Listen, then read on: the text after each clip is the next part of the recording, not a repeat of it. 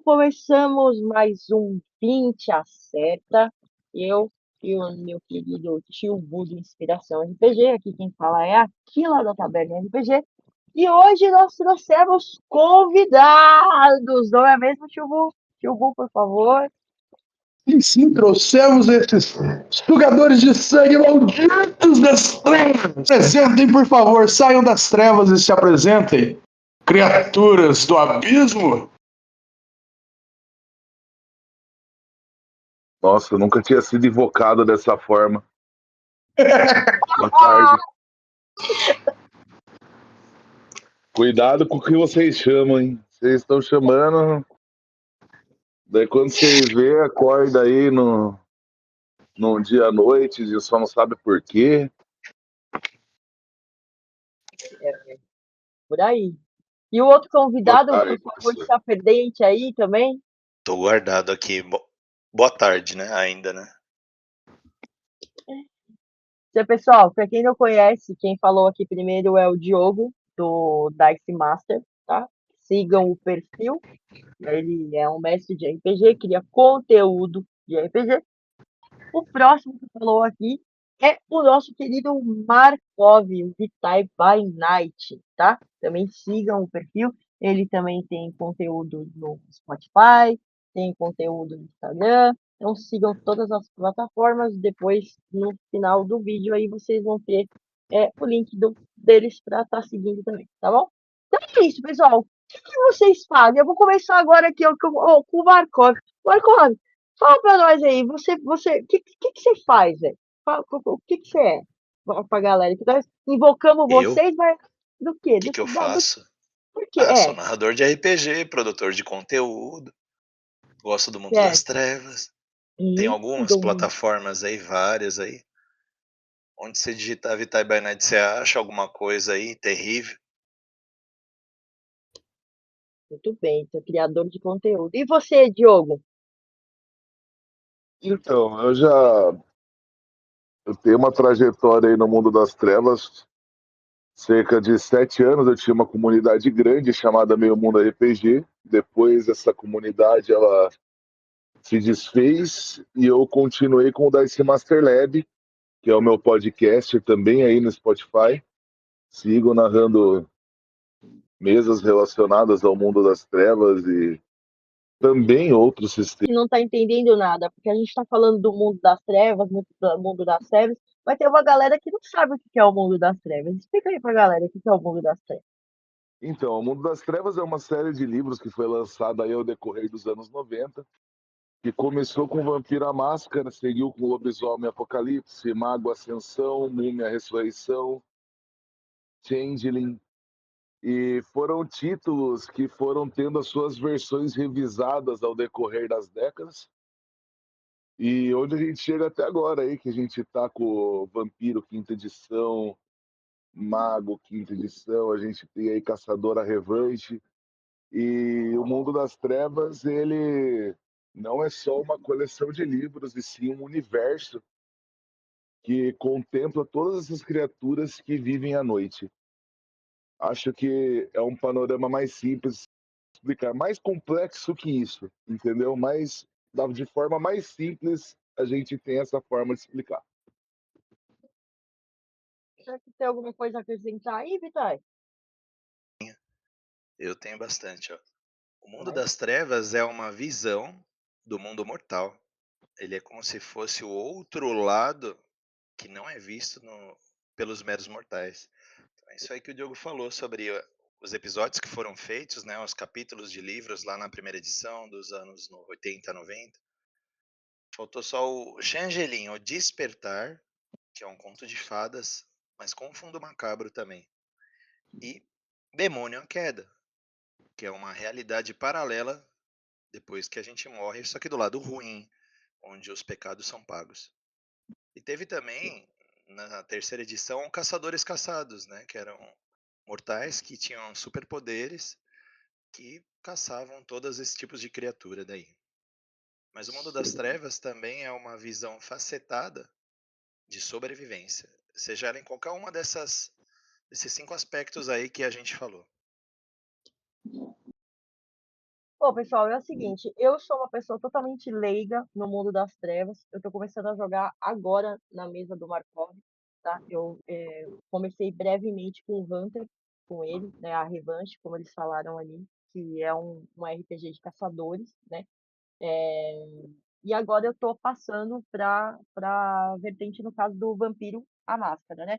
Não sei nada. Então, gente, eu vou fazer perguntas para eles como uma pessoa totalmente leiga que está iniciando nesse mundo agora. Geral sabe que o meu mundo é mais o D&D mesmo, né? E outros, né?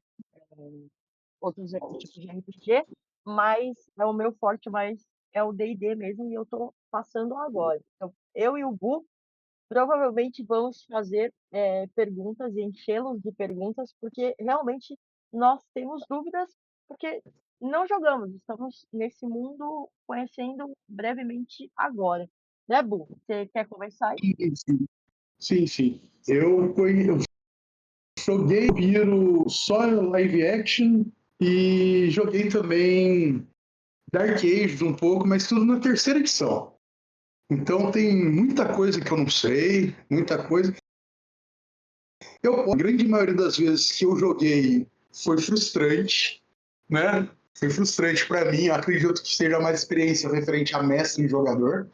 E vai ser legal ter vocês aqui para mostrarem esse outro lado que talvez não a frustração tenha sido com os narradores e não com o sistema, na verdade. Eu vou falar bem a verdade assim, o Markov que está narrando assim, ele tem ele abrange muito uma imersão muito foda, tá? Então, assim, até agora, o que eu tô vendo no Vampiro é uma imersão, um narrador que narra muito bem aquilo que está proposto, tá? E, e deixa aquele gostinho de, nossa, velho, fodeu, que eu quero mais, velho, saber o que, que vai acontecer, entendeu? E, assim, é como o Bu falou, às vezes pegamos mestres ruins, porque eu tive a minha experiência com Vampiro à Máscara muito tempo atrás também. Acho que na mesma edição do Bu, talvez a gente tenha jogado a mesma sequência. E a minha experiência foi morrer que nem merda numa mesa. Então, eu não sei se isso daí é um clássico de vampiro, tipo, da gente morrer para os caras mais fortes, assim, né? Digamos, os vampiros mais fortes, ou se às vezes é coisa do mestre mesmo. Gostaria que vocês explicassem para a gente como é que é esse esquema da hierarquia, digamos assim, para jogador, é, os NPCs, os jogadores que são mais evoluídos. Como é que significa isso daí? Como é que é balanceado isso daí? Então, o Vampiro à Máscara ele tem uma. Diferente de Dungeons and Dragons, a gente tá focado na contação de história e não no level up dos personagens. Claro que existe uma diferença de um personagem que joga, que tem uma progressão de um ano, de um personagem que começa a jogar hoje. Mas o fato contar história, ele traz pra gente algumas experiências ruins. Eu já recebi muitos jogadores que falam que, ah, não, eu tive uma experiência muito ruim e por isso eu não jogo Vampiro à Máscara. Por quê? Mestre senta lá para narrar, conta a história e a partir do momento que o jogador não consegue entrar na história, o cara vai lá e mata o personagem da pessoa, entendeu? Mas aí eu acho que é um pouco de egoísmo de quem está mestrando, que existe dentro de Vampiro à Máscara existe uma forma de você conciliar jogadores mais velhos com jogadores mais novos, existe toda uma hierarquia dentro do mundo vampírico que permite você jogar com jogadores de vários níveis numa mesma mesa sem você estar trazendo uma experiência ruim para o jogador, entendeu? Eu acredito que vai muito do mestre. Tanto eu quanto o Markov, a gente joga junto há muito tempo E o que acontece? A gente tem estilos de narrar diferentes, mas nós temos abordagens parecidas em relação a jogadores novos. A gente ensina mecânica por mecânica, trazendo o jogo em game, trazendo uma progressão equilibrada, tanto para o jogador novo quanto para o jogador mais velho, permitindo assim que até no meio de uma campanha, no meio de um by night de vampiro, que a gente consiga trazer um jogador no meio desse by night e não vai atrapalhar a imersão dos outros jogadores e sim só vai acrescentar na história. Isso é legal. Quando você diz, tipo assim, narrar diferente, como que seria o estilo da diferença entre vocês dois? O Markov ele segue uma linha mais construída porque ele tem ali uma história pronta, todos os pontos bem claros da cidade noturna dele. Eu já monto um cenário e eu jogo o jogador lá dentro como se fosse um GTA. Bem Basicamente, eu sou um mestre preguiçoso que não prepara a sessão. No caso, seria o Markov mais voltado para o lado meio teatral, dividindo por cena, essas O coisas assim, Markov ele é mais cinematográfico. cinematográfico, Sabe? teatral, enquanto você já é mais Exatamente. sandbox, assim, abre o mapa e vai. Tem um plano de fundo, tem um negócio, mas vai rodando conforme as ações. Exatamente.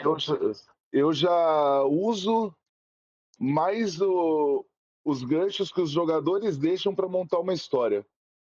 Entendeu? A gente tem o plano de fundo, a gente tem aquele objetivo principal clássico que vai motivar todos os jogadores a chegar num ponto, mas a forma que vocês vão chegar lá, vocês contam da forma de vocês. Então você acorda de noite e o que você vai fazer? Para onde você vai? Entendeu? Mas é uma diferença.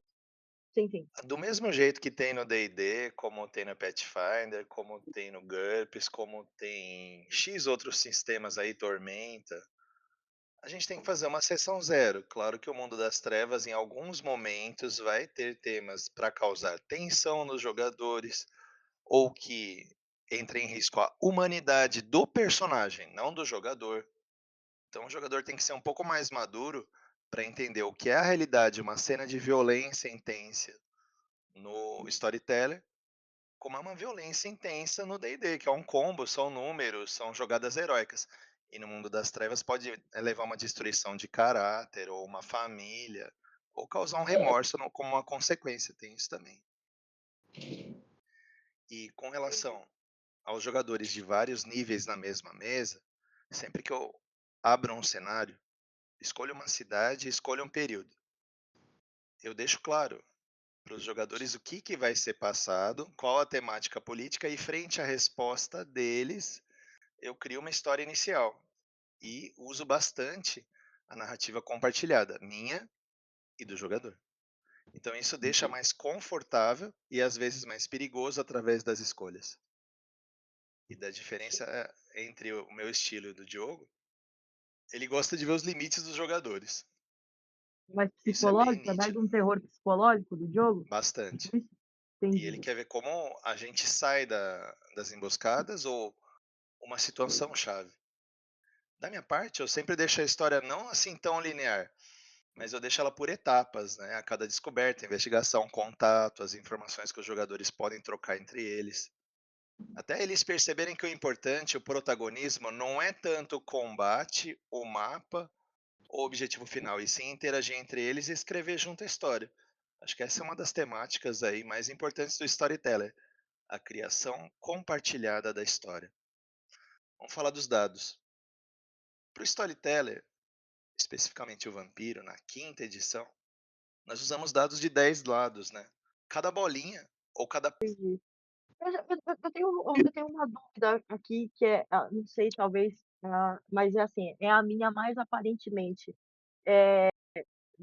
no sistema. É a quantidade de dados, velho. Me pega muito a quantidade de dados, porque é uma diferença muito do D&D pro vampiro na quantidade de dados. E assim, até agora, eu não entendi. Pro Storyteller, especificamente o Vampiro, na quinta edição, nós usamos dados de 10 lados, né? Cada bolinha ou cada ponto adicional simboliza um dado. Mais dados nem sempre é mais poder. É mais chance de falha, são mais dados frente a um desafio maior. Então, assim, por exemplo, uma habilidade, uma parada de dado, você soma lá 2 habilidades da ficha, vou falar bem resumido mecanicamente, tá? Por exemplo, dá 5. São 5 dados que você rola. Você rola lá na sua rolagem de dados. Aí, ele tem as dificuldades pré-estabelecidas de sucessos. Tem testes fáceis, que normalmente padrão 3 de dificuldade, são 3 sucessos no mínimo. 4, que é o mais ou menos. 5, que é o difícil. 6, que é o impossível. E o jogador também pode usar alguns recursos para aumentar esses dados, como usar o sangue e deixar a besta mais perto dele. Eu acho isso bem interessante e característico da quinta edição. A fome junto. Não só na parte de interpretação, mas como da mecânica também. Então, para a parada de dados, usamos só os dados de 10 faces. 6 ou mais sucesso, né? 6, 7, 8, 9, 10. Sendo 10 o sucesso crítico. E 1 no dado de fome, a falha da besta.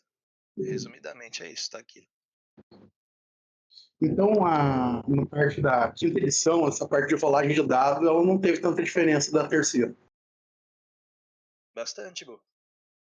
Não, Na a real, terceira também você não era na assim? terceira, você soma os dados D10 e a Soma. dificuldade é o número que vai sair no dado. Por exemplo, dificuldade 7. A cada 7 no D10 você tem um sucesso. Isso. E no V5, o sucesso são os valores 6, 7, 8, 9 e 10. O que diferencia são quantos sucessos, não qual é o valor no dado para o sucesso. Sendo também o 10 no V5, acompanhado de um outro 10, duplica aqueles dois 10. Então, 2 10 viram 4 sucessos. E no V3, 10, você rolava um dado adicional. Então, Isso. diferente. E o 1 no V3 descontava um sucesso. Anulava um Então, tem sucesso. isso. Olha, é complexo, velho. Existe. Você joga desde a primeira versão? Vocês jogam desde a primeira versão? Vocês jogam desde a primeira ou não tiveram contato com a primeira? Eu tive contrato da terceira para frente. Mas só para acrescentar uma coisa nos dados, se você for jogar Vampiro à Máscara presencialmente e for rolar dados físicos, você tem que contar que existe a mecânica da fome na quinta edição, que você vai ter que pegar 5 dados que vão representar seus dados de fome. E esses dados de fome, eles também influenciam na sua rolagem. Então, você vai ter sempre 5 dados que vão representar o tamanho da fome do seu personagem, ou seja, o quanto a besta está mais próxima de você, tá? Não, isso me faz isso é uma pergunta. Assim, que você falou, né? A besta está mais próxima de você. No sentido da humanidade, o que significa A humanidade. A humanidade é você controlar os seus impulsos de ser uma besta, de ser um animal. então quer Você dizer, se eu auxiliar os roleio humanos, estar próximo a eles. certo. Então, se eu rolei ali, eu tô com fome, essa besta ativou em mim ali, fudeu pra quem tá do meu lado. É Ainda exatamente isso. não. Eu perdi meu minuto. Não? O jogador, o vampiro, ele entra em frênese, descontrole, quando ele atinge 5 na fome. A cada falha ou a cada rolagem estranha nos dados vermelhos, a besta se aproxima de você. E é um jogo, né?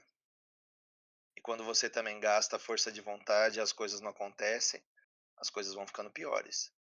Então o jogador, ele mecanicamente tem que controlar quanto ele tem da força de vontade e quanto ele tem da besta, da fome dele. Acontece no caso do jogador perder a humanidade por completo e virar uma besta selvagem, e aí, tipo, a Camarilla, por exemplo, ou sei lá, Digamos que aí ele perde o personagem, o controle. aí, Humanidade baixíssima, 3, 2. Ele nem sairia não, ele sairia matando todo mundo. aí já é Humanidade zero vira personagem do narrador, entendeu? Já era. ah, Acabou. E força de vontade 0, você perde a vontade da noite. E encerra a sessão. oh, O que é engraçado é que, em relação à humanidade do vampiro, mecanicamente falando, é muito difícil você chegar à humanidade zero, tá? O sistema, ele faz uma jogada que quanto menos humanidade você tem, mais difícil fica de você perder a humanidade. Então, como o personagem vai estar atrelado à besta dele. E então, um personagem com humanidade 1 é muito difícil você conseguir perder um personagem desse jeito, mecanicamente falando, tá? Eu pelo menos, nunca vi acontecer. A gente pune o jogador tirando a humanidade, que a humanidade também vai deixando os traços do vampiro cada vez mais cadavéricos. Então, a gente vai aplicando no vampiro in-game um debuff social em rolagens, onde para as pessoas que não entendem o mundo mortal e olham ele, vão entender que ele é uma pessoa que não está viva, é impossível uma pessoa daquele jeito. Você vai assustar, você vai deixar as pessoas em pânico, sabe? Vocês tinham jogado, hein? Vocês começaram na terceira edição. Vocês passaram por todas as outras que tiveram. Aquele livro que saiu também, o Novo Mundo das Trevas, também, ele segue essa mesma linha também? Ou ele não. Ele é a par, ele equivale à quarta edição, ele equivale à quinta, à terceira edição mesmo? Ele foi um complemento. Esse novo mundo das trevas entre a terceira e a quinta. Teve a 20, né? A de 20 anos. Mas ele alterou o sistema de rolagem de dados, porque eu lembro que quando eu jogava, talvez por ser humano também, que eu joguei uma aventura, eu rolava muito poucos dados, não chegava a rolar tantos dados assim com o personagem. Ou talvez o personagem só fosse mais fraco também.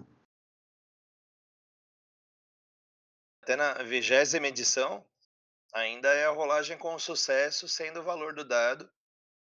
Por exemplo, dificuldade 7, 7 ou mais no D10. E a quantidade de dados, a quantidade de bolinhas.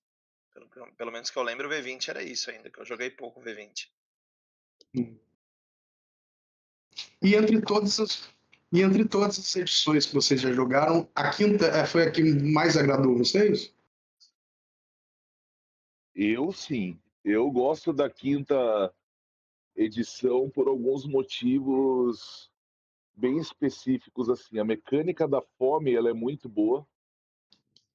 Ela traz uma dificuldade e uma fluidez na narrativa que ajuda demais a gente que narra a entender o estado de humor que aquele vampiro tá naquela noite em relação à fome que ele sente, porque a fome do vampiro ela tem que ser algo que force ele a se alimentar constantemente. Essa, na verdade, é um dos grandes pecados que o vampiro vai pagando ao longo da sua não-vida, das maldições deixadas lá atrás em cima do primeiro vampiro que teve, que foi Caim, é a maldição da fome. Você sempre vai ter que se alimentar de sangue, e isso é uma compulsão, isso dói tanto por dentro quanto por fora do vampiro, atrapalha tanto o físico quanto o mental dele. Então o V5 ele traz uma lucidez acerca desse assunto que ela é tão boa, mas tão boa, que você pode fazer uma sessão só baseada em cena de alimentação. Uma sessão baseada em cena de alimentação, ela te traz uma riqueza de detalhes que a terceira edição, por exemplo, ela não trazia. Porque no V3 você só enchia pontinhos de sangue, como se fosse uma grande bolsa de sangue que você vai coletando. O V5 não. O V5 ele tem os níveis que a sua fome vai te torturando. E através dessa tortura, você consegue, em uma sessão onde o jogador vai se alimentar, você consegue trazer na sessão como ele tem que se esgueirar durante a noite, o pânico de ninguém ver ele se alimentando para não causar uma quebra de máscara, o nível da fome, da força do vampiro, que é ele lutar contra a força de vontade dele, contra a fome dele, para ele não matar aquele aquela pessoa que está cedendo sangue para ele. Se ele tiver muito afoito, se ele tiver com uma fome muito grande, ele mata aquilo e aquilo vai gerar outro problema, que é você ter que se livrar do corpo. E no V5 nós temos uma gama de problemas que você deixar um corpo mal escondido no lugar traz para você. É claro que isso a gente se aprofunda na cena, né? A gente vai Sim. pensando nos problemas que ela vai gerar, mas no V3 você não conseguia ter essa fluidez na narrativa e na consequência tão grande igual a fome traz no V5, entendeu? Muda pra mim, calma aí. E o V5 é a minha edição preferida porque ela também foi lançada. É a minha edição preferida porque ela também foi lançada assim que eu voltei a jogar, que foi ali dentro da pandemia. Eu acabei voltando a jogar nesse meio tempo. Então, o que acontece é que eu acabo gostando dela um pouco mais por isso, e agora parece que tá vindo uma sexta edição, que foi que o White Wolf acabou de lançar aí no último festival de games nos Estados Unidos que teve. A quinta edição ela já tem quantos anos já? A quinta edição já tá com uns 5 para 7 ela anos, tá Markov. com 7, 8 anos. Caramba!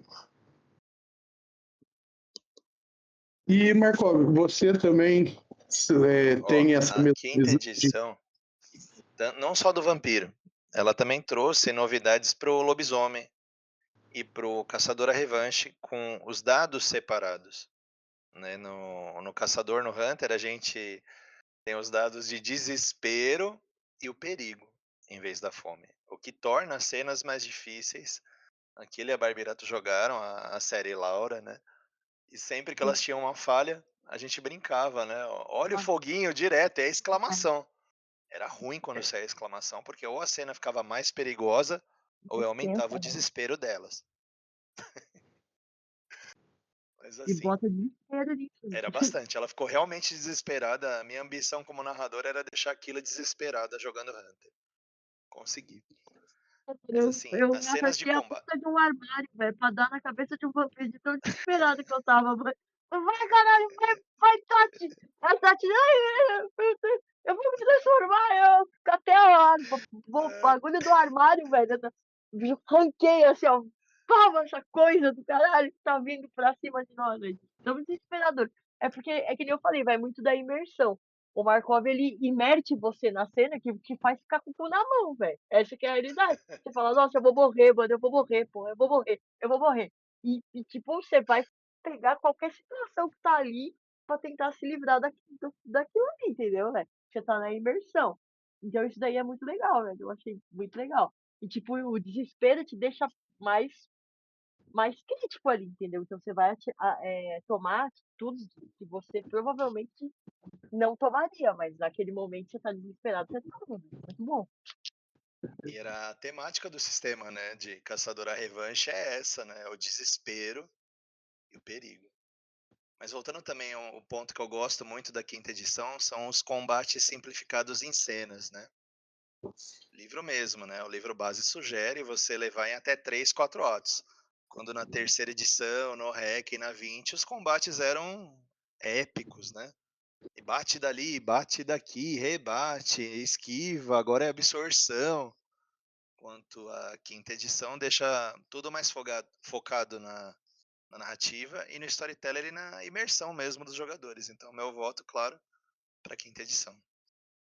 Eu gostaria de fazer uma pergunta no caso desse sentido, assim, da terceira edição para a quinta edição. Vocês notam que, no caso, rola um equilíbrio, tipo, maior do controle dos NPCs de vocês ali? Tipo, na mudança, é melhor por conta disso. Daí dá para vocês equilibrar, tipo, que nem o Dice falou que dá para colocar jogadores mais. Uma criança, por exemplo, na cena que tá rolando lá, o Dice, o personagem dele, ele é bem mais velho que eu, né? Então, ele é bem superior a mim. Que nem naquela cena que a gente fez ali, provavelmente ele né? Digamos assim, pelo fato da hierarquia dele e ele ser um vampiro de um grau, eu não sei se é grau, pode? Não, né? Como é A que fala? geração. Uma geração maior, né? Tipo, vocês sentiram que rola um equilíbrio? Como que vocês fazem para equilibrar o jogador novo com o jogador aí? De repente eu chego lá e falo, por exemplo, na cena assim, ó. Ele tava catando os documentos dele lá, e aí eu, tipo, interespaço com ele lá. Eu sou uma. é, por favor, vocês expliquem o que é neófito, Neófita. né? Para o Neófita é um pessoal vampiro entender. recém-abraçado, uma criança da noite. Tem É o que é o meu uma personagem. década, acho. Isso. Aí Então, gente, começa a é ser o que o meu personagem é. ancião. E aí eu tava, no caso, o Dice é um ancião, Ainda digamos não, assim. ele acho que também é um criança da noite. Ele não tem mais que 13ª geração, não. No máximo Somos 12ª. todos neófitos. Somos É, todos neófitos. Eu achei que não, eu E achei que fosse. o que faz ele parecer de uma graduação maior, uma geração maior, é talvez a idade dele, que ele é mais velho, e a forma que ele se porta, né? É aí que entra a interpretação dentro do jogo de Vampira Máscara. Existe a alusão da construção de personagem através da interpretação. E como é que vocês fazem pra balancear isso daí? Quando tem, tipo, um jogador mais foda e um jogador que é mais tranquilão, assim, tipo, é recém-criado. Por exemplo, eu balanceio o meu jogo através do nível dentro da rolagem. Eu crio o NPC, mas o meu NPC ele nunca tem ficha, ele tem uma dificuldade para rolagem do jogador. Entendeu? Ao invés de eu criar todo o NPC e a gente fazer rolagens contra, eu te coloco uma dificuldade num nível aceitável, onde o seu personagem tem uma margem para conseguir aquilo dentro da dificuldade do que ele me propõe. Entendeu? Então eu balanceio os jogadores através da história que eles estão percorrendo dentro daquela sessão. O que você está querendo fazer é fácil, é possível, é muito difícil ou é impossível? Entendeu? A dificuldade ela tem que circular em torno da possibilidade do vampiro fazer aquilo. Aí que entra todas as disciplinas, os aprimoramentos de força, as especializações que ajudam o vampiro a fazer aquela cena impossível que um humano não faria. Mas eu balanceio tudo isso através da dificuldade do desafio do que o jogador está querendo fazer naquela ação.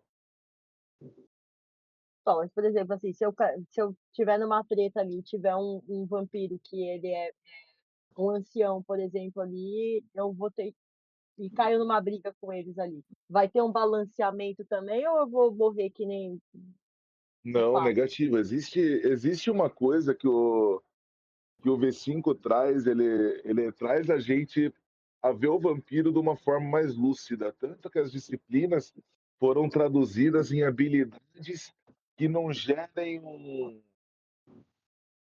por exemplo, não gere uma visão superhero da coisa, sabe? Um negócio fantástico. Não, é um negócio fora do normal, mas que é mais fácil de controlar. Então, quando a gente traz essa lucidez para Vampiro à Máscara, o neófito ele tem que entender com quem ele vai arrumar a briga dele. Entendeu? Se você vai arrumar sua briga com um ancião que é 3, 4 vezes mais forte que você e tem 3, 4 vezes mais experiência, você vai ter um desafio muito alto. A não ser que você se prepare, noite após noite, casse podres daquele vampiro, e através desses podres você consegue chantagear, conseguir favores ou subjugar ele de alguma forma sem ter que encarar ele de frente. Isso é o que Vampira Máscara propõe, é horror político. Entendeu? O horror político de Vampira Máscara, ele traz essa lucidez pra gente que faz a gente conseguir bater de frente de ancião, mas não necessariamente de arrancar a cabeça dele no soco, entendeu? Entendi. No caso, assim, você falou do horror político, né? Vocês preferem, tipo, uns dilema mais individual ou, tipo, uma trama mais política fodida, assim? Tipo, Camari, né? Anarquista, tabaco, da tribo, assim. Rolando. Eu, particularmente, eu gosto de tudo um pouco, né? Eu trabalho muito com o horror pessoal, o político e as minhas mesas eu trago muita coisa mística. A gente jogou uma mesa que durou quase mais de 6 anos, que foi Cairo by Night, que o Markov, inclusive, jogou. Hashtag Cairo, né, Markov? E tinha muito misticismo, muita coisa mística envolvida, sabe? Muito acordar um grande ancião, acordar um grande mal, ou impedir esse despertar, e através disso achar cidades perdidas, túmulos escondidos dentro de pirâmides que estão no meio do deserto. Então ele traz pra gente várias formas. Eu gosto do horror pessoal, do que o próprio vampiro causa para ele mesmo, entendeu? Ao mesmo É. tempo que eu gosto dessas coisas místicas e de ter uma sessão com uma explosão épica, por exemplo, sabe? Então, não tem como você jogar vampiro e não ter horror pessoal e político dentro da sessão. O político sempre vai ter, por quê? Porque você tem uma estrutura política no ambiente da sessão. Existe o príncipe, existe o senescal, existe toda uma galera que tá acima do vampiro que se fizer merda vai vir um come de toco lá de cima atrás de você. Tem sempre alguém te vigiando em Vampira Máscara e geralmente quem tá te vigiando são os próprios vampiros. Posso te cortar um segundo, só para fazer uma pergunta pertinente a essa parte que você está falando? Você disse que não há como jogar sem a trama política. Isso em qualquer livro de vampiro ou só no Vampira Máscara? Independente se você estiver jogando anarquia, anarquistas ou sabá, ele vai ter essa trama política envolvida. Vai. Vai Ah, tá. porque você acaba adentrando a hierarquia da seita que você escolhe seguir, né? Tanto Camarilla, quanto Sabá, quanto anarquistas ou independentes. Talvez os independentes eles sejam vampiros um pouco mais soltos, mas eles ainda assim eles são completamente pressionados a todo tempo pelas seitas ao redor deles, entendeu? Eles estão prestando serviço para alguma delas porque isso faz parte da sociedade vampírica. E aí que o horror político entra, porque o vampiro ele tá sempre chantageando com uma informação, pagando você para você correr atrás de uma informação para ele, pagando alguém para correr os riscos que ele não quer correr naquele momento. Então, o pessoal que tem um cargo mais alto na sociedade vampírica acaba tendo uma vantagem maior acerca dos jogadores, sempre. Porque se você está no topo da cadeia política, você tem mais influência, tem mais contatos, tem mais pessoas que te devem favor para fazer tais coisas, da mesma forma que você é um alvo maior também. Markov, tu também pensa assim? Mesma coisa, velho? Penso bem similar. Mas voltando lá para a primeira, como é que equilibra o jogo entre jogadores mais novos e mais antigos? Jogadores ou os personagens, Killer? Os personagens do jogador. Personagem. Os personagens, é. Então tá. Dentro da ficha, tem dois campos lá muito importantes, que é ambição e desejo, né? O objetivo final e desejo aquilo que ele quer na noite, né?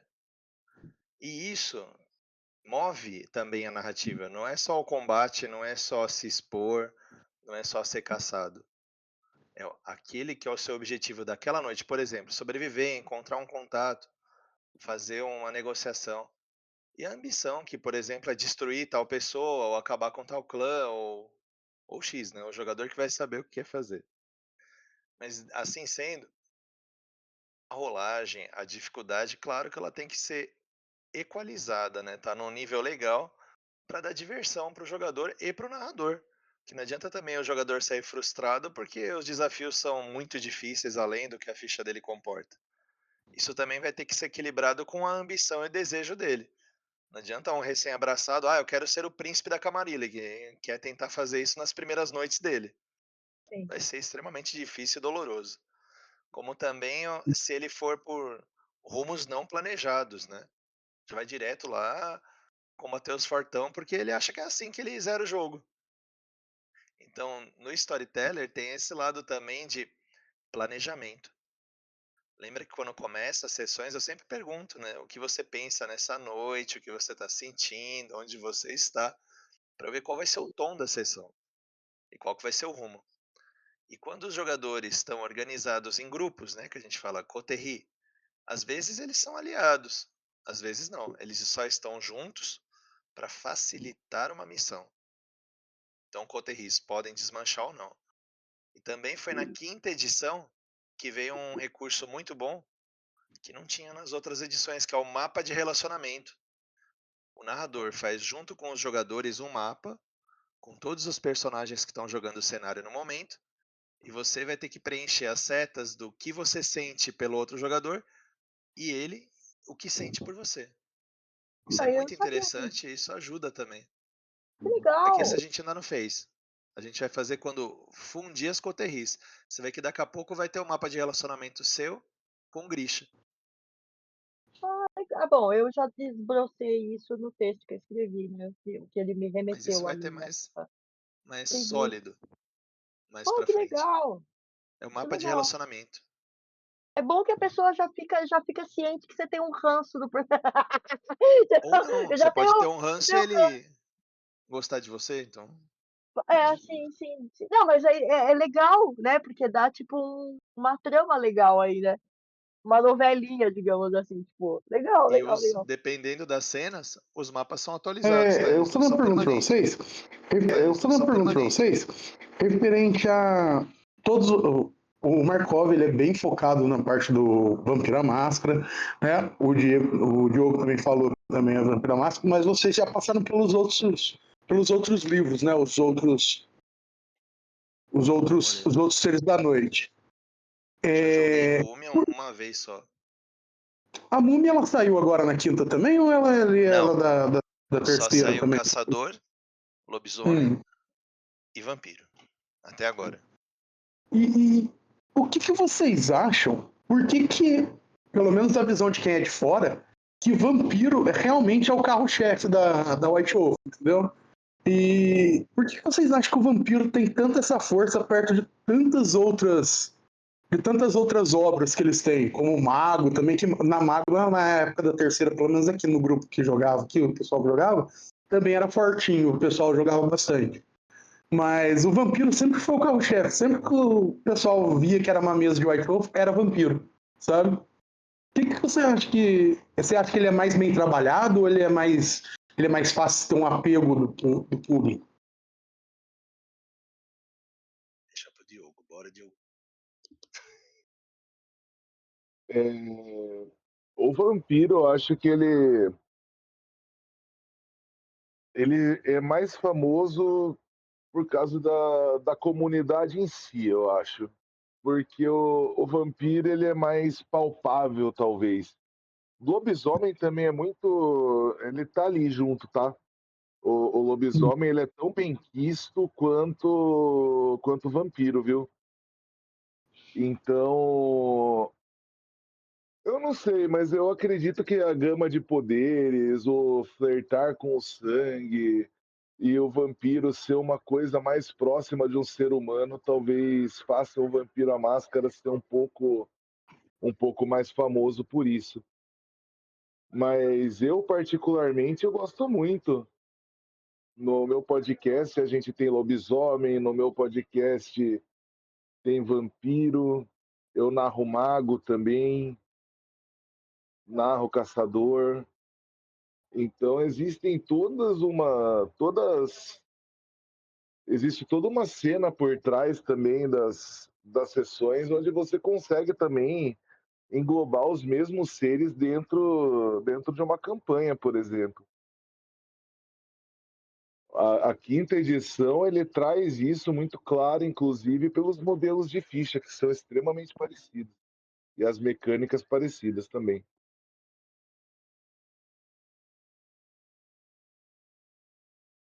Agora eu vou deixar o Markov discorrer um pouco. Vai, Markov. Aí. Olha, o vampiro tem toda a figura, né, de vários outros RPGs também. E dentre o Storyteller, na minha opinião, é por causa do horror político e horror pessoal. Que no lobisomem você tem o horror ambiental, você tem as forças, a fúria, o animal, a besta. Isso agrada muitos jogadores. Mas eu acho que a quantidade de clãs, né, que seriam tipo classes de vampiro que a gente tem, de famílias, são muitas, né? Antigamente eram 13, agora a gente teve mais 2 ou 3 na quinta edição. Fora algumas subfamílias e famílias que não existem mais. Então acho que esse todo cenário de ser algo parecido com a sociedade, só que de um jeito sombrio, atrai também os jogadores que curtem o horror gótico, né? E diga-se de passagem também, sentir aquele medo, aquele calafrio do seu sangue, da sua vida escorrer, ou de você como vampiro estar mais próximo da besta. Hum, É interessante. É porque eu vejo, como eu falei, é tudo visão de fora, né? Eu vejo bastante material, principalmente para comprar, quando fala livro de clãs, coisas. É muita coisa de vampiro. É muita coisa de vampiro. É um sistema, é um cenário que tem muito material para ser lido, muito material para ser absorvido, né? Enquanto eu não vejo tanto de outros cenários do mesmo sistema, sabe? Aí por isso que eu falei assim, caracas, será que é esse realmente é essa visão de que vampiro realmente está no. Que é o que se saiu melhor também. E de lobisomem a gente tem os livros de tribos, né? Tem vários aí. De Tem Eu do ia mago mago também. também as vertentes, né? Vocês jogam o Lobisomem Apocalipse? Vocês mestram também ou não? Jogo sim. Eu, mestre. E entre. Inclusive, ao- esse Ah, esse sistema de Vampira Máscara, que saiu o livro dos clãs, tem para lobisomem o livro das tribos, de mago, as tradições. Eu tenho aqui pelo menos uns 12 livros de mago aqui em casa. Então, existe muito material para todos os elementos do mundo das trevas aí, tá? mas entre vampiro e lobisomem, qual vocês preferem? Vampiro?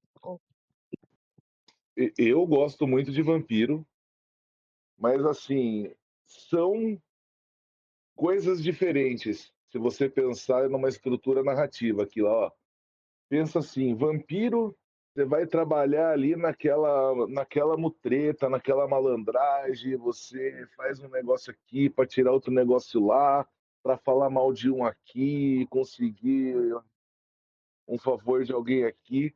O lobisomem já não, o lobisomem tá mais ligado à honra e sai arrancando a cabeça dos outros, entendeu? É Sim. uma parada muito mais visceral e mais violenta. Você tá realmente travando uma guerra em lobisomem. E em mago, você luta contra a própria realidade, que o poder do mago é poder transformar a realidade de acordo com aquela tradição faz. Então, basicamente, eu assim, eu depende muito do meu estado de espírito. Eu gosto muito de jogar vampiro, mas, meu, quando eu narro lobisomem, eu tenho uma coisa muito legal que eu consigo colocar desafios para um lobisomem que eu não consigo colocar para um vampiro, por exemplo. Eu fico meio dividido nessa. O Markov eu já sei a resposta dele. São sistemas que eu vi você narrando, ou ouvi inclusive. Lobisomem eu participei das sessões, eu ficava lá junto, mas não me chamava atenção não. Acho que esse horror tão visceral aí de um animal irracional, destruidor, e salvar a natureza, a parte da Umbra, né? Nossa, não me Mas cativou ainda não. O Hunter, ele dá esse equilíbrio, né? É, vocês podem jogar com arquétipos, né? Você viu que em Laura a gente fez uma que era mais ocultista e uma que era mais bestial, mas tem outros Ah, conceitos de caçadores também. entendi, E entendi. também o Não, não, outro. Ah, Falei que não, pode falar que era uma outra pergunta, pode falar. eu ia falar, acho que de um outro sistema, do Mago. Mago, eu já ouvi também o Diogo do Mago. Mago, eu já ouvi também o Diogo narrar várias vezes. Não é algo que me cativa, não. Também não gosto da ideia do Seu negócio, sistema. seu negócio é o vampiro mesmo. Vampiro é o Gosto de sistema. vampiro e o primeiro sistema de Mundo das Trevas que eu narrei foi Caçadores. Caçadores Caçados, que eu gosto bastante. Os outros, Múmia eu joguei uma vez só. E Aparição eu nunca joguei. E Changeling eu nem vi o livro. Eu vi que você estava falando dos clãs e tal, né? Eu ia fazer uma pergunta, desculpa te cortar. Não. É, vocês, no caso, vocês têm um clã que, tipo, vocês gostem mais, assim? Começa o Diogo.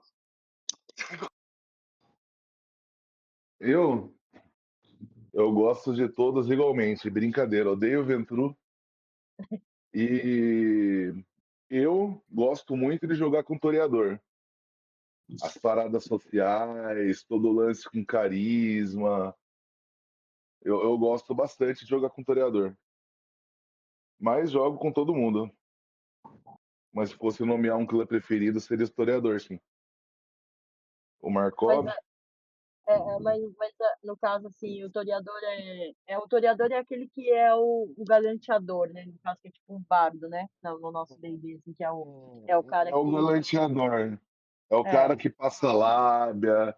É o entendi. cara que é legal com todo mundo. Legal o cacete também, mas sempre buscando o interesse dele através da influência, através da conversa, tá sempre nas grandes. Ele é aquele cara alternativo da alta sociedade, sabe? O descolado da alta sociedade. Esse é o toreador.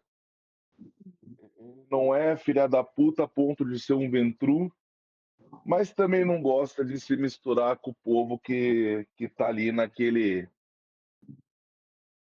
guerra ali na briga com o Bruhá, por exemplo, como um Bruhá, sabe? Ele tá longe disso. E você, Marcos? Olha, para facilitar até improvisar a minha parte de narração, eu procuro jogar sempre algumas mesas aleatórias, não só as do Diogo, que eu gosto bastante de jogar. E dentre elas eu vou fazendo personagem de vários clãs aí, para aprender e ver qual que é, né, a sensação de jogar com o clã, por que que o jogador escolheria ele e como ele se divertiria na narrativa também. Mas que eu gosto mais de jogar, eu joguei com bastante clã. A gente até conseguiu uns D20, colocando todos os clãs, a parte política, né? A gente tava rolando aí pra ver qual clã que ia ser.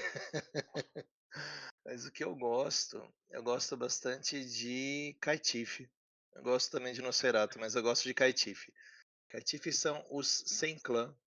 Eles são bem Ah, marginalizados. Eu nossa, gosto eu deles. achei que era nômade, tipo nômade, assim. O, Nômades são o os Tag, Ravenous, né? E parte do Eu Gangrel também, que não tem refúgio o Tag fixo. tem um outro nome também? Panzer? Pander? Tem Como alguma assim? coisa assim? Ah, o Eu Pander do lembro, D&D, não é? não, não. Eu lembro que quando a gente jogava live, né? Ah, Quando na terceira edição.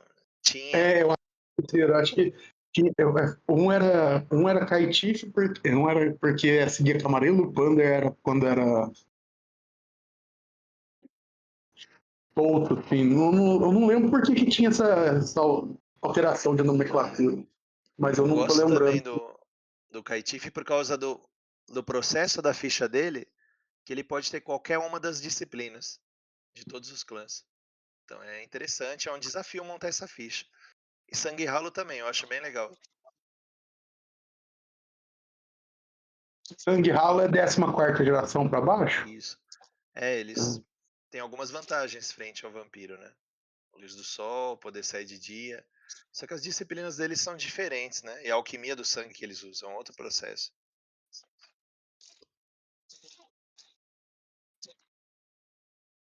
O sistema, o quinta edição eu não conheço. Conheço pouco pelo construir a ficha com o Markov lá. Mas eu não consegui porque eu tô fazendo processo de trabalho. Aí não tô conseguindo jogar essa aventura agora. Mas eu achei bem interessante o jeito de construir a ficha. Não tinha entendido a parte do sistema de dados, essas coisas não tinha. Mas eu vi que naquilo tava marcando lá um clã que eu não conhecia. Então vocês falaram que entrou clã novo. E saiu o clã antigo, já não existe mais. Os clãs de hack estão na quinta edição. Não estão não. Não. Os do hack não. Eu também não cheguei a jogar hack, mas eu achei interessante, visão de quem tem de fora e visão de quem joga outros jogos, a fusão de clãs, sabe? Eu achei interessante a ideia. Eu sei que a maioria, pelo menos a maioria da galera que jogava Vampiro achava isso muito ruim, tá ligado? Pelo menos a galera que jogava Vampiro ali do turno da gente ali, achava isso muito ruim. Mas eu acho que... Pode falar, amor. Pode falar, amor. Não, Tipo assim, no caso, o time, o Banu, no caso, é o antigo Timothy, né? O time, como é que pronuncia? Não é não, Killer. Não? Porque Ele é um é uma ordem de caçador. assassinos, não é a mesma coisa? Tipo, não faz. tô arrumando aqui. Simice é outra coisa, não. São os Ah, dragões. tá. Eu achei que fosse por Manipuladores, isso que eu pensei. moldadores de carne. Ah, tá. Então não tem nada a ver. É porque como ele tinha falado que saiu, eu achei que tinha saído e tinha fundido também outros jogos. Assim, Não, e saiu ele daí fazia Capadócio. parte. Secatas, né? O Os Capadócio vinha pro Tremere. Capadócios. Não, na verdade, os Capadócios, eles também são uma linha do povo ali, dos Giovanni, da família Giovanni, né? Mas houve uma guerra entre eles, mas o clã em si, no V5, eles se tornaram todos recatas. Teve algumas mudanças também. Antes era seguidores de Sete, agora é Ministério Setita. Temos vertentes anarques de vários clãs, né? Sabá Tem também, né? bastante Gente que coisa, né? saiu do Sabá, Sabá da Camarilla e também. veio pro Sabá.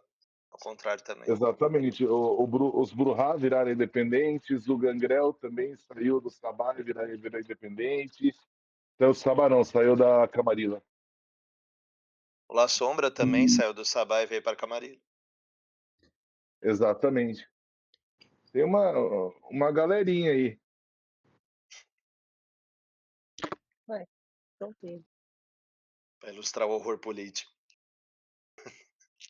Exato. Mas lembrando que quando você narra também, você pode deixar a história da forma que você quiser. Tá? O livro fala que você pode usar e deve da forma que você se divertir mais. Né? Então, Sempre. você pode jogar o V5 estruturado, que é a estrutura política estruturada no V3, por exemplo. Se você gosta mais daquela história ou coisas do tipo. O meu maior problema com narradores na época, porque assim, eu cheguei a jogar bem mais live. E bem mais significa poucas vezes, tá? Mas mesmo assim foram bem mais. Foram bem mais lives. É que, como live, existia, por exemplo, 4, 5 narradores na mesma história. Só que cada narrador também tinha um personagem dele. E, meu Deus, cara, como era comum os personagens dos caras fazer tudo e a gente não fazer nada. Tá ligado? O Não, personagem dos mas narradores, aí tudo. Eles, Se você fala aí o jogo era deles, não era de vocês. Não precisava chamar os jogadores, né? sim. O protagonismo tem que ser do jogador. exatamente. Isso aí é demais, principalmente no sistema de live. No sistema de mesa, eu gostei das aventuras que joguei, mas eu achava a quantidade de dados, principalmente quando você enfrentava alguém com fortitude, você rolava tipo 15 dados, causava não sei quanto dano e o cara mitigava praticamente tudo, tá ligado? Aí você fala, caraca, mano, que absurdo. Aí você jogava Dark Age, tá ligado? Dark Age na base.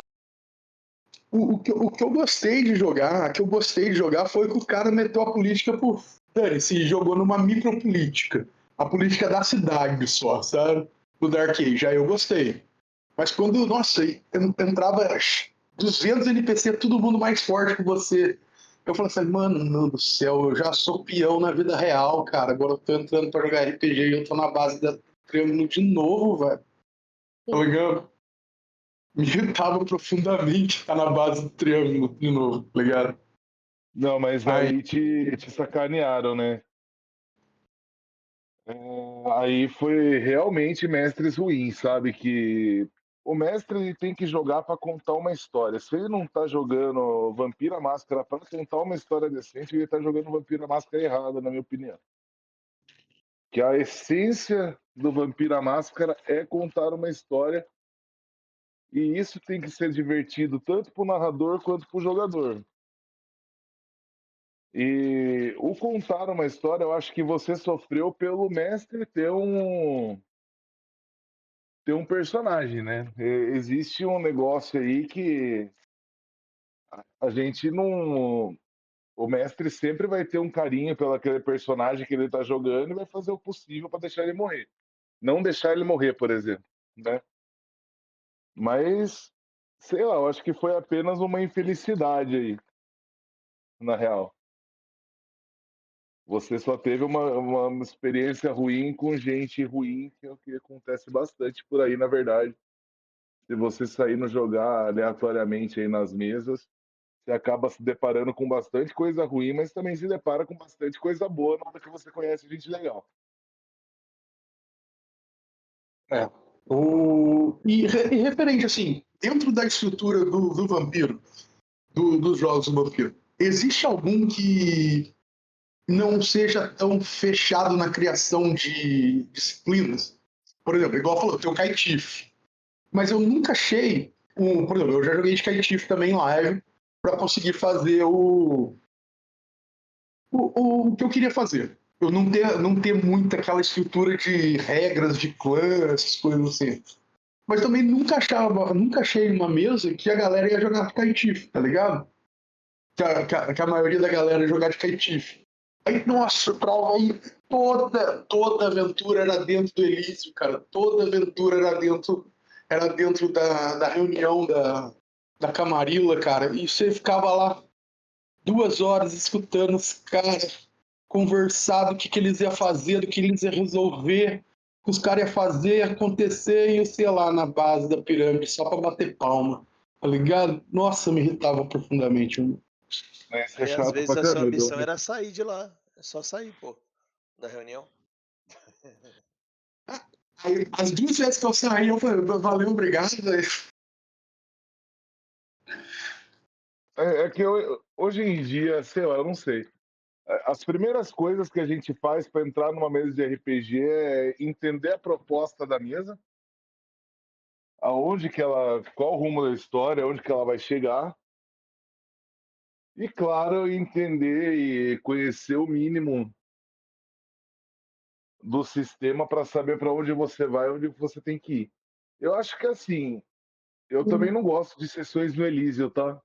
Eu falo para você, esse negócio de ficar fazendo reunião, uma vez ou outra até vá, mas, cara, horrível. Horrível.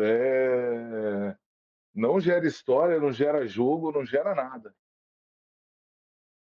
Uma vez ou outra para uma apresentação e dali você verte para outra cena que vai te levar para algo maior, mas no geral não gera jogo não. Eu não vejo motivo para ficar enfiado dentro do Elísio, né? Agora voltando para a pergunta em relação a clãs que saem um pouco disso, eu acho que você tem que entender o que você gosta dentro de Vampiro, né? A gente visivelmente o ambiente político ele te ajuda muito, mas existe formas de correr disso.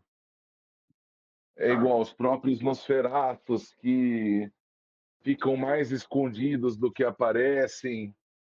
Existem os clãs independentes que não estão dentro desse âmbito político. Eles estão inseridos de forma diferente, né? Eles são neutros, então eles acabam não participando dessas coisas. E existe também a rebeldia dos anarques, né? Que apesar de existir uma trama política, os anarques eles não trazem muito à tona essa questão política como primeiro âmbito. Eu acho que existem algumas formas de dobrar tudo isso, sabe?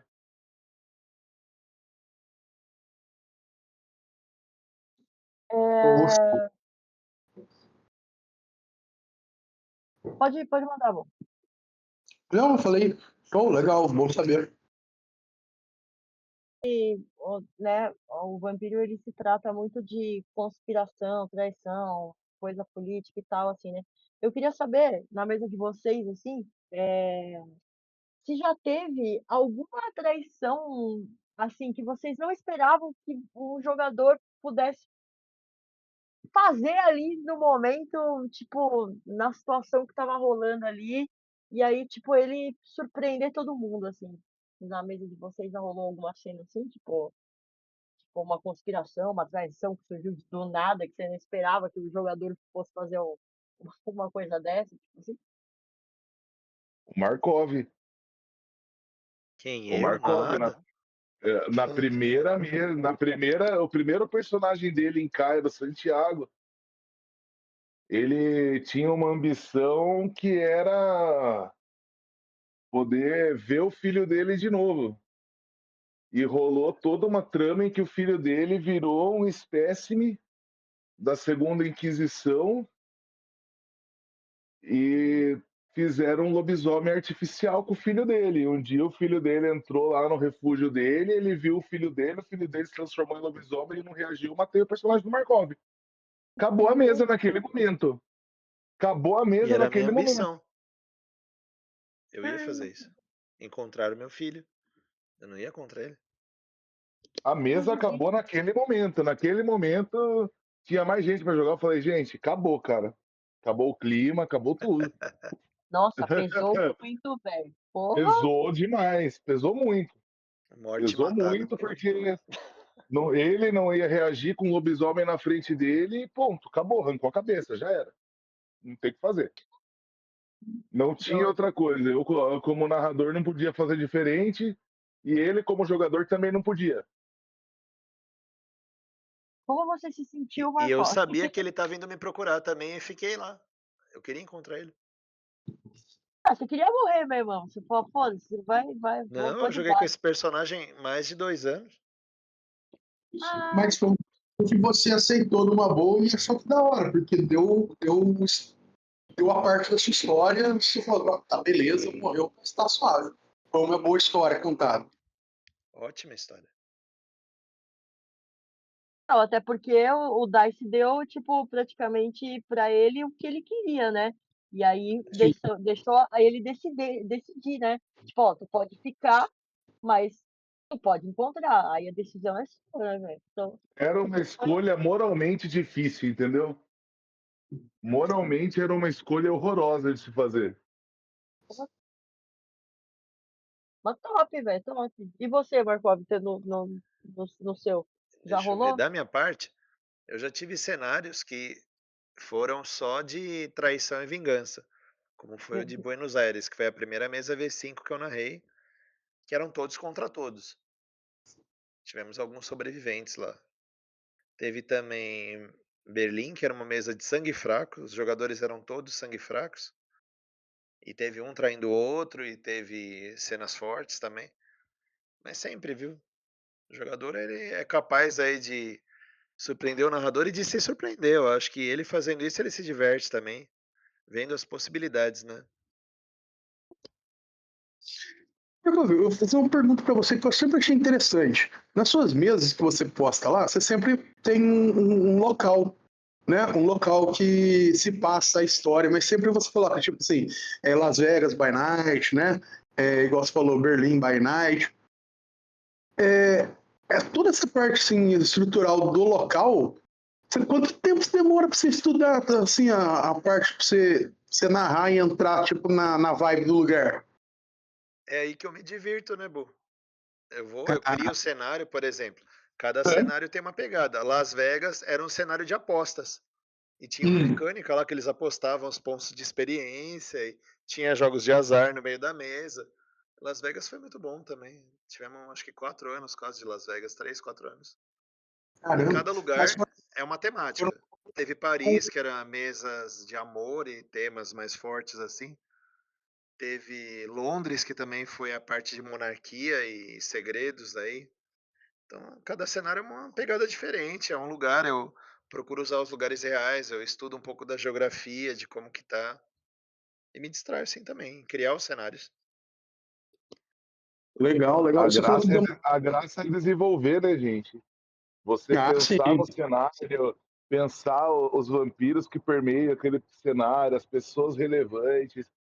É, se diverte porque a gente cria um negócio e quando vocês entram para jogar, enriquece ainda mais aquilo que a gente criou.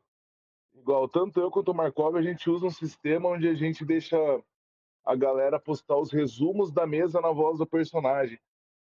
E aquilo depois, se você começar a ler, você consegue. É um livro, cara, é muito legal. Então, tudo que a gente constrói, a gente se diverte porque a gente sabe que aquilo vai gerar algo muito maior que a gente não tem ideia de onde vai chegar.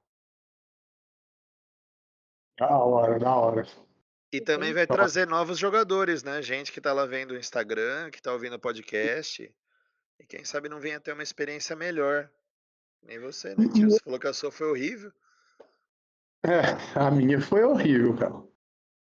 A minha foi horrível. Mas eu vendo pelo que tá acontecendo no New York, que eu tô acompanhando os capítulos, eu falei assim, é um tipo de mestragem que eu não tinha presenciado ainda, entendeu? Principalmente no Vampiro.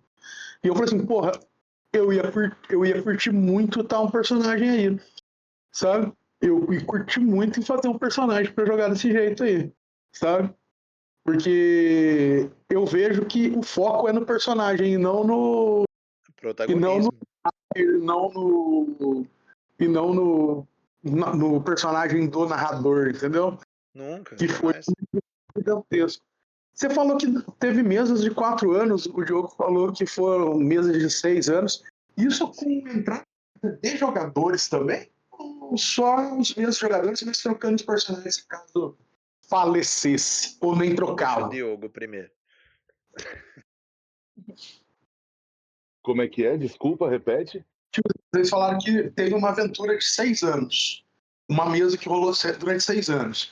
E o Markov falou que teve uma que foi 4 anos. Entravam jogadores novos nessa aventura? Ou vocês mantinham só os jogadores que já estavam presentes e, se caso perdessem o personagem, criavam outro? E se manteve durante 6 anos? Caramba. Ou ia entrando gente, não aleatório, mas Olha, tô afim, tem vaga, bora. olha, Cairo by Night foi uma mesa que começou com 8 jogadores e desses 8 jogadores, o único que começou no início desses 6 anos e foi até o final foi o Markov. Não com o mesmo personagem, mas assim, a mesa foi mudando, pessoas entrando, pessoas saindo, porque como que eu trabalho? Eu faço o esquema como se fosse uma série de TV, como se fosse uma temporada. Eu faço a temporada e deixo ali um cliffhanger para uma próxima. Daí, geralmente é o ciclo do ano, né? A gente fecha o ano. No final do ano, a gente sempre pergunta quem quer sair, quem quer continuar. Começa o ano, as pessoas querem projetos novos, querem fazer outras coisas, e os jogadores vão mudando. Mas assim, Cairo by Night durou 6 anos e terminou com os jogadores completamente diferentes dos que começaram, para falar a Legal. verdade. Inclusive, eu encerrei ela esse ano, não encerrei, né? Dei mais uma pausa para jogar um outro cenário para poder refrescar a memória, porque já estava até maçante narrar aquilo para mim, de tanto tempo que já tá narrando, sabe? A gente tava Agora, bom. Cairo, Os jogadores estavam. Markov é o fã número 1 de Cairo by Night. Mas assim, Infinito. mas assim, agora a gente tá jogando Chicago. O Markov tá narrando Nova York e eu narro Chicago by Night. e também é uma experiência muito legal. Viu? A Legal. mesa que durou bastante, Las Vegas, ela só tinha 3 ou 4 jogadores, tá? Em cada uma das temporadas. Teve 2 que jogaram elas desde o início. Uma que entrou na segunda, aí jogou a terceira e a quarta. Teve um que saiu no finalzinho. Então, eu gosto de cenários longos, com cenas também. Eu não aguento narrar muito tempo, não. Quando eu vou narrar, eu narro 1h30, 2 horas no máximo. Então, se eu tenho muitos jogadores, acontece algo que eu não acho que é muito legal que está acontecendo com Nova York, né? Por mais que eu coloque 3 a 4 sessões, 5, acho, no mês, eram 9 jogadores, né? Então a pessoa jogava 1, 2 vezes por mês no máximo, né? Não acho isso legal. Acho que depois, quando eles estão entrosados nos grupos, nas coteries, né? Tem que ter a parte offline também, fora da sessão do planejamento, do que vai acontecer. E o que traz esse tempo duradouro da mesa é a diversão, tanto do jogador quanto do narrador, né? Acho que é isso que vale. Sim, Até levanta ponto que muitas vezes, para durar uma mesa assim, igual vocês falaram, que troca de personagem, troca de jogador, é a diversão do narrador, né, cara? Porque para ficar gerando plot durante 4 anos e manter a linearidade, a história Gera andando, sim. Cairo, a gente jogou primeiro de um lado político, depois jogou pro outro, depois vinham personagens de fora, e o nosso ainda tava lá, então foi bem legal. mas se não for divertido para um narrador, é praticamente, né, é difícil, né? Se não for divertido para um narrador. Interessante. Assim, e Cairo tem um negócio que ele faz. Eu criei um universo, entre aspas, das minhas mesas. Então, basicamente, o que acontece numa cidade que eu estou narrando está acontecendo no mundo em geral.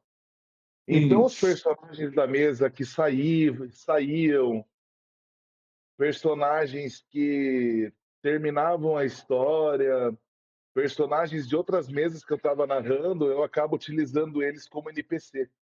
Então, era sempre algo a ser aproveitado para gerar um cliffhanger ou gerar um novo plot a cada temporada. Mas realmente chega uma hora que dá uma desgastada muito grande. Muito grande mesmo. Eu também, às vezes eu gosto de narrar 2 cenários ao mesmo tempo. Teve um que acho que durou uns 12, 13 episódios, que eu gostei bastante.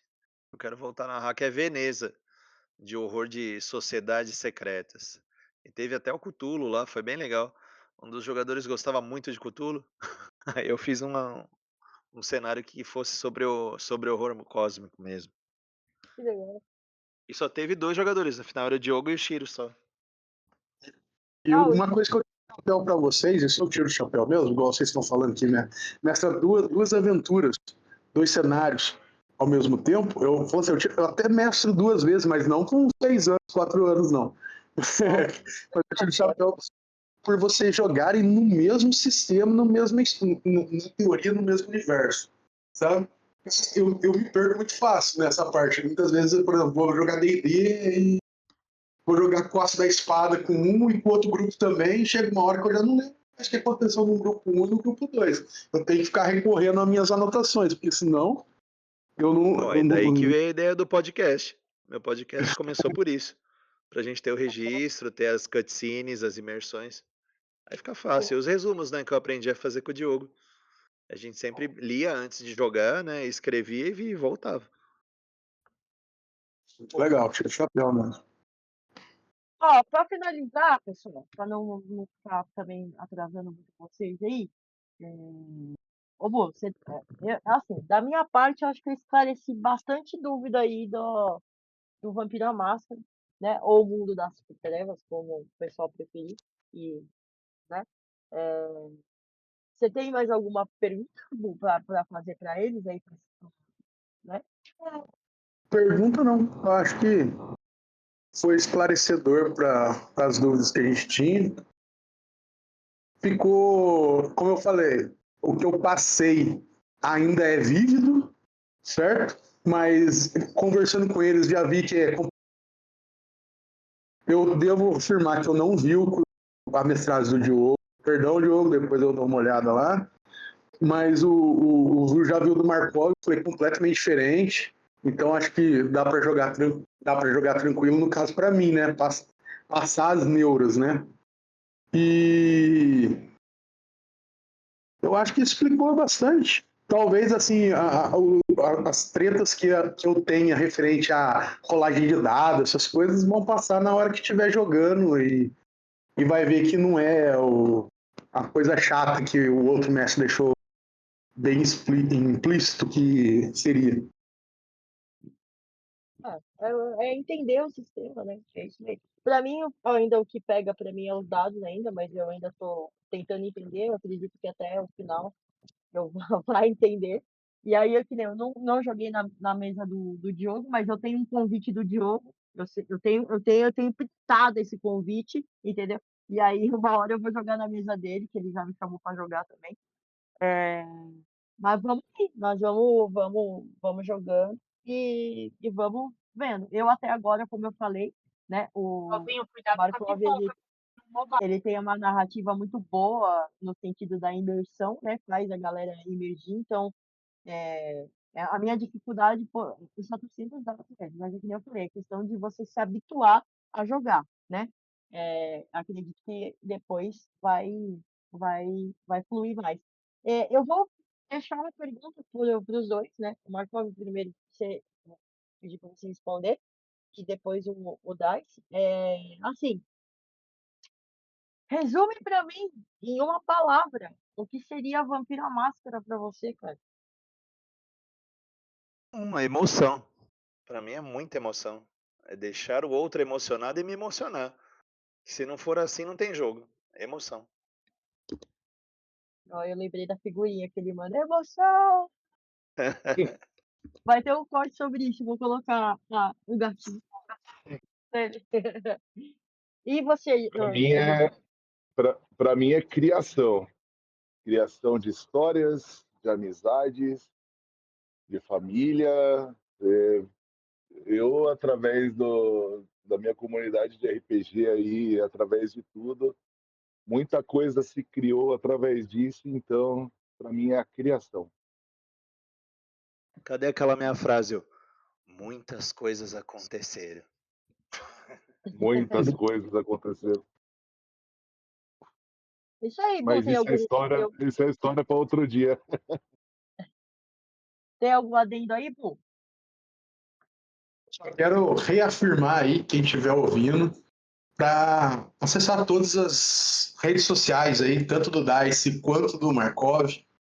Você que gosta de vampiro ou tenha curiosidade, entre nas redes sociais deles e vocês vão estar absorvendo bastante informação de qualidade. É isso aí, pessoal. Vou falar com os meninos aqui, se vocês quiserem dar um recado aí, último recado aí pra galera. Markov, pode Vou dar meu dar. recadinho. Vou convidar todo mundo para as redes sociais do Vitae by Night e Vampcast. Principalmente o público de D&D e Ravenloft. Os episódios mais ouvidos com maior audiência do Vampcast não são os de Vampiro à Máscara. São os de A Maldição de Strahd. Narrada de uma forma onde o horror é imersão. Eu não fiquei tanto nas regras do D&D. Eu narrei a Maldição de Strahd como storyteller, mas nas regras do D&D. Então, para quem quiser conhecer aí, vale muito a pena. Tá, e as redes aí são Vitae by Night, no Instagram, no TikTok, no Kawaii, em tudo aí. Espero por vocês lá. Diogo? Vocês encontram aí no Spotify o Dice Master Lab. Lá vocês vão ver narrativas de Vampira Máscara, Arquivos Paranormais, Lobisomem, o Apocalipse, Mouse Guard, muitas coisas mais, tá? A minha rede do Instagram é o @Diogo Dice Master. Fica aí o convite para quem não conhece lá, conhecer o meu humilde podcast. Não é tão grande igual o do nosso querido amigo Markov, mas a gente chega lá um dia. Mas tem um conteúdo bem legal postado lá e desde já quero agradecer o convite por estar participando e estar falando aqui de um hobby que agrada todo mundo aí. Pessoal, eu quero agradecer já vocês de antemão aí, tanto o Markov como o Diogo, pela presença aqui. Saibam que vocês são os primeiros entrevistados do nosso podcast e é com muita honra, entendeu? Porque o Diogo eu tô tendo um contato agora, mas o Markov eu já tenho um contato faz um tempão já e sei que, né, meu, firmeza pra caramba. Nós estamos juntos e agradeço demais de coração aí pela presença de vocês. Eu vou encerrar aqui o meu tchau de sempre, tá? Aqui é Aquila da Taberna, junto com o Tie by Night e o Dice Master, e também o nosso querido tio Bu do Inspiração RPG.